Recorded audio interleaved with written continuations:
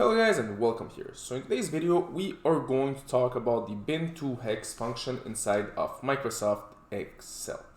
So what exactly this function does, so pretty simple, it will convert a binary number to a hexadecimal number. So basically it will take a number that is binary, which is ones and zeros, and will convert it into a hexadecimal number. So this function contains only one parameter, which is our binary number. So here I have a set of 3 binary numbers. And what we're going to do, we are going to use this function in order to convert this binary number into a hexadecimal number.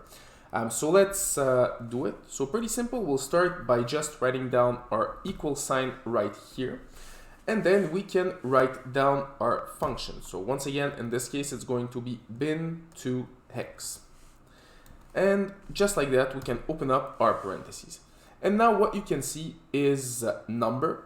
So we can select the cell that contains the number. So in this case, the first number will be 11111. So we'll just select it. And then we can close our parentheses and run the function.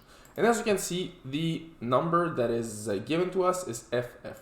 So if we, for example, change it and add a 0 here, as you can see, it will change once again.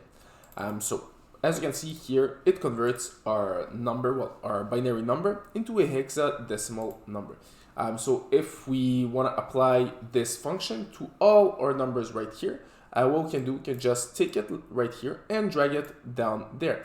And just like that, we will be able to convert our binary numbers into hexadecimal numbers. So if we take this one, for example, instead of zeros, we add 1 here. As you can see, it will change. So this is how you use the bin2hex function inside of Microsoft Excel.